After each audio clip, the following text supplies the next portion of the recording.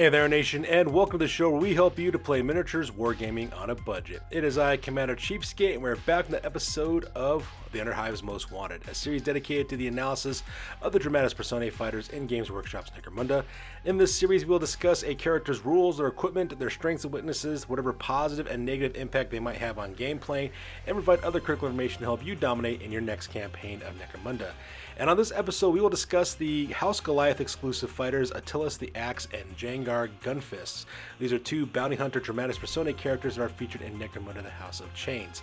We'll take a look at their stats, their skills, their weapons and war gear, their special rules, and provide our insight on these Dramatis Personae for your gangs and in your future game of Necromunda as well. So let's take a look at these two House Goliath exclusives and give you our overall opinions. And it's because this video will be a little more of a deeper dive, I will put timestamps in the description box below so that we can click and navigate to the fighter that interests you the most. So up first is Atillus the Axe, the Goliath Pit Tyrant Bounty Hunter. He costs 175 credits. Well, let's start with his characteristics. He's got a 5-inch wound allowance, so he's a little bit faster than the average Goliath. With a 2+ weapon skill and 4+ ballistic skill, he's got 5 strength, which is amazing, 4 toughness, as well as 2 wounds and 3 initiative. So he's quite spry for a Goliath as well. He's got 4 attacks base, which is out of control, as well as 8+ leadership, 5+ cool, 7+ willpower, as well as 6+ intelligence. Now, he's pretty swift with that 5-inch wound allowance and that 3+ initiative as well. And with weapon skill 2 and strength 5, toughness 4, and wounds 2, he's going to be really beast mode in close combat. And he's got pretty decent psychology stats, all things considered too, considering he's a Goliath. That's actually quite incredible. Now, when it comes to his weapons, he does have a weapon called the God Cleaver, which is his signature giant chain axe that he uses. It's attached to his arm cybernetically. That means you'll be able to give out strength 7 attacks with -2 AP and 2 damage with Pulverize, which means you can change 1 flesh wound into a serious injury if you can beat the target's toughness with a D6 roll. It's also unwieldy, which is kind of strange because in the lore this thing's supposed to be attached to his arm, which is kind of weird. So I would suggest kind of house ruling it to where you remove that unwieldy characteristic, just because I don't know how you can have an unwieldy cybernetic arm, if you know what I'm saying. It's kind of weird. You see a lot of that with a lot of these Dramatis Personae characters, unfortunately, which is kind of sad.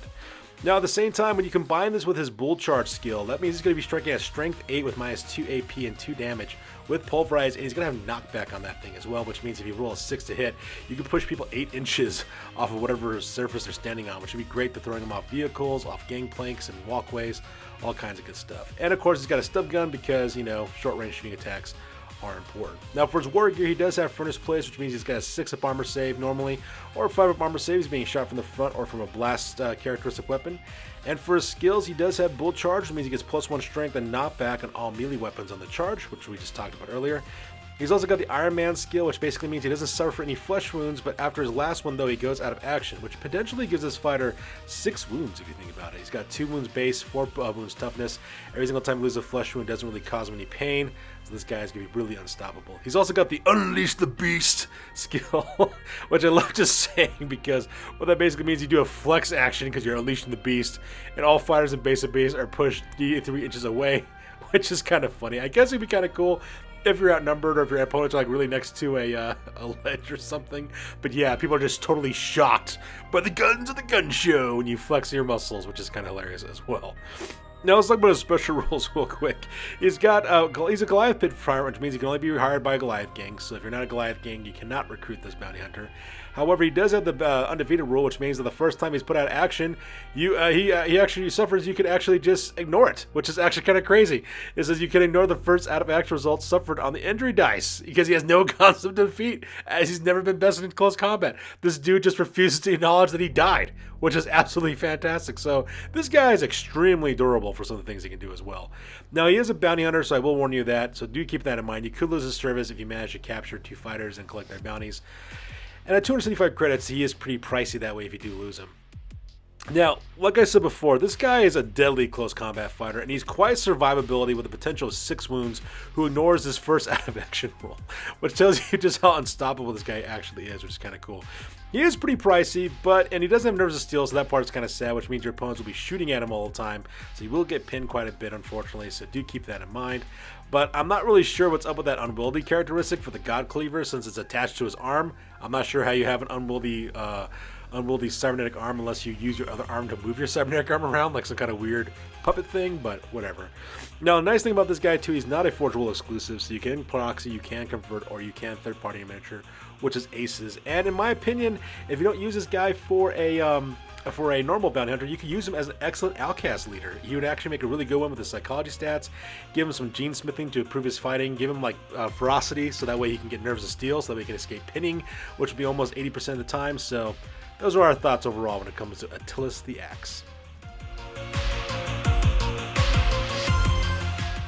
So up next is Djangar Gunfists, the Over Tyrant Bounty Hunter at 290 credits. So let's talk about this fighter. When it comes to this fighter, he is either really, really cool or absolutely worthless, and we'll talk about that, especially when it comes to reading his rules. So for his characteristics, he's got a 4-inch wound allowance, a 3+ weapon skill and ballistic skill, 4 strength and 5 toughness, so very survivable with that 5 toughness. 3 wounds, 4+ for initiative, 3 attacks base. He's got 6 leadership, 4 cool, 6 willpower, as well as 7 intelligence. So this guy's got excellent Goliath stats. With that 3+ ballistic skill, that 5 toughness and 3 wounds is going to make him extremely survivable. And he has excellent psychology stats for a Goliath fighter, which is actually kind of crazy, all things considered. Now for his weapons, he has a paired custom stub cannons, which will be shooting at strength 5 with 1 damage with knockback and plentiful. So we do have those weapons. I'm not sure how they're really customized at this point, but we'll talk about that here in a second. Now he does have the gunfighter skill, which means that if he does use both of his guns at the same time, he does have -1 to hit, but we'll talk about that here in a second. And he's also got furnace plates, which gives him a 6+ armor save, 5+ armor save if he gets shot from the front, and also from blast attacks as well. And he does have a special rule, which is basically called Goliath Over Tyrant, which means that he's a bounty hunter, but can only be recruited by Goliath gangs. And he has Stormer Fire, which means if he doesn't move, his stub cannons gain the Rapid Fire 1 trait. So let's talk about why this character is either really good or absolutely worthless. It depends on your interpretation of the rules. If you go with rules as written, he is absolutely useless. At 290 credits, he can't do anything, all right? And I'll explain why that is the case here in a second. However, if you go with what was intended for this character, he's absolutely fantastic. So let's talk about that real quick. So when you combine his gunfighter skill with his Stormer Fighter, which means you can potentially put out 6 shots with your custom stub cannons, because you have 2 of those things, and at strength 5, they're actually quite deadly. Now, like I said before, he's kind of a strange situation because it is implied that he can dual-wield his weapons, so that is something kind of cool, but here's where the problem comes in. His custom stub guns don't have the sidearm trait.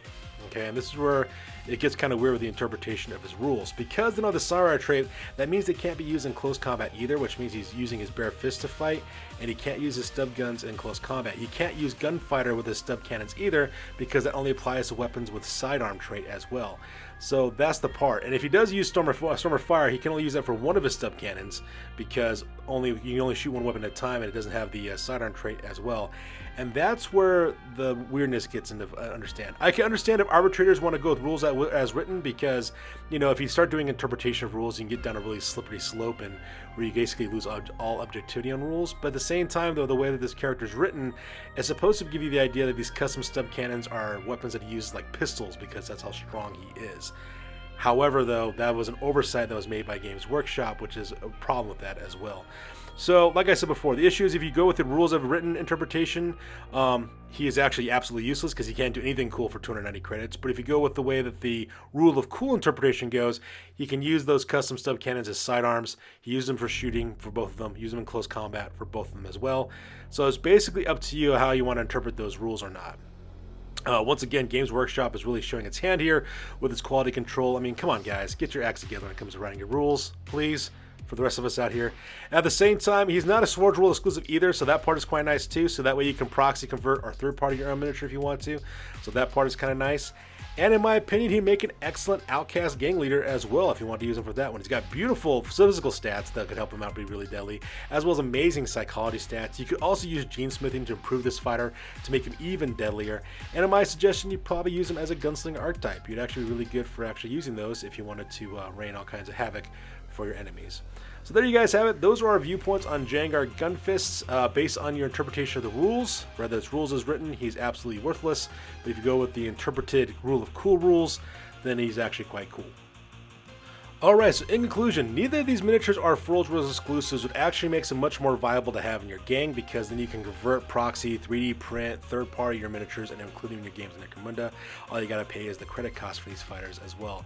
Now, they are quite pricey, but then again, when you look at the things they can do in their rule sets, it's actually well worth the price that you're paying for them, because they're pretty excellent. Atillus the Axe is an unstoppable war machine who is almost nearly invincible. At the same time, Djangar Gunfists is also quite good too, from medium to short range shooting, as well as a bounty hunter. That is, of course, if you're going by the rule of cool interpretation for the intent of this character. If you're going as rules as written, he's absolutely useless.